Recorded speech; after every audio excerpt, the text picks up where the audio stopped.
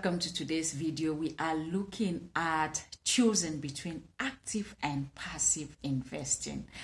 It's always a pleasure to have you on the channel. Are you an investor and you've been looking out for options that you could invest in? Investing in stock markets can really give you an opportunity to grow your money.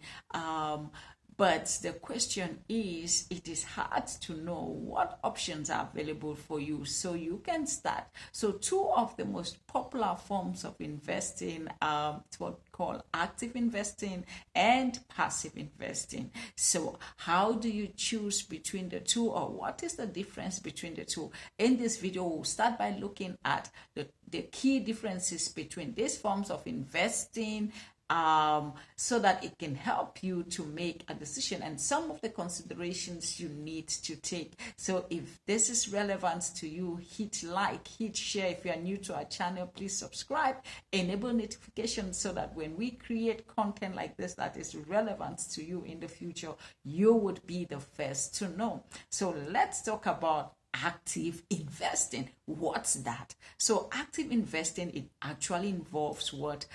Selecting stocks, bonds, and you buy, you sell them with the goal you want to outperform the market. You want to do the research by yourself. You want to be ahead of the SP 500 and other market indices. So this approach requires time, it requires expertise, it requires knowledge.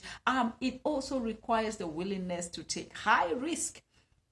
So active investors, you need to be able to analyze companies, look at balance sheets, understand the market trend, in order for you to make an informed decision. And one of the leading global active and greatest investors in our time, Warren Buffett, he does all this. And active investors, even though he has a combination of both, but he started as a real active investor, and he goes down to understanding the companies, understanding their balance sheets, and making informed decisions on which company he can invest his money in. So that's active investing. Let's look at passive investing. What's that? So when we talk about passive investing, we are looking at actually the direct opposite of active investing. So in this case, you want to play safe. You want to play safe instead of selecting the stocks, instead of selecting the bonds, instead of doing the things, the homework yourself, you invest in indices. So this approach, you want to buy and hold, and you want to look at market trends, and it's a great investment option for those who don't have knowledge of the market, for those who don't have time to manage portfolios. So it's going to be able to assist you to still be in the market, but even if you know nothing about the market, you just have your money. So that's passive investment. So now you want to choose between active and passive investing. So what are some of the guidelines that can actually help you make a better decisions? So let's look at some of the factors that you want to look into. So factor number one, what's your investment goal? Why are you in the market? So if you have a specific investment objective that requires active management, you want to actively own a company, you want to actively be a part of it, then go for it. So you want to achieve high levels of returns. I mean, we've seen Warren Buffett and other leading global investors go out there, pick the companies, invest in it, see what's happening in the management, see what's happening in the board, then go for active investment. But if you have a different time horizon and you don't want to be part of it, go for passive investment. Another thing that you need to look at is your time frame. How long do you want to be in the market? So you need to be able to understand your time horizon.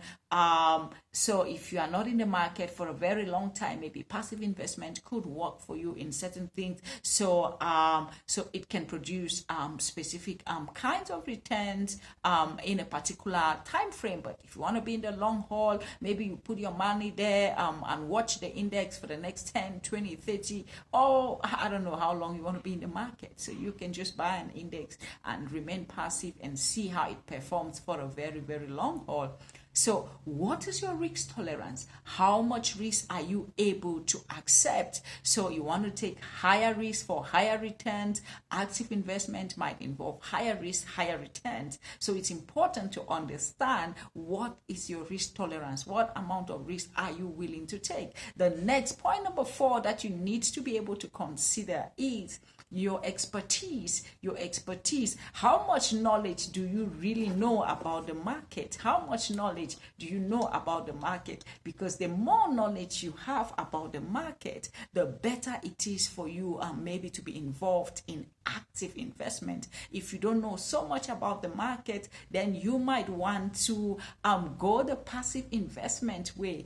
And number 5 point that you want to be mindful of is cost. So it is important to consider the cost that is involved in each approach. Active investment, it can be more expensive than passive investing, and it also typically involves higher fees and commissions. So you need to be aware of all this. So let's bring this home. The bottom line is choosing between active or passive investment can be a difficult decision. So by considering your investment goals, looking at your risk tolerance, looking at the cost, looking at your expertise, and all these other factors can actually help you to make an informed decision before you get into the market. So whether you decide to be an active investor or you want to be a combination, you want to do a combination of both, it is important to have a well-diversified portfolio. Don't put your eggs in one basket. We always say put your eggs in separate baskets. So if you fall and one basket breaks, you still have some eggs in other baskets. I hope this video was useful to you. Like, share, continue to be a part of our channel. Common Sense Global with me, Dr. Vivian Atud. Thank you for being here.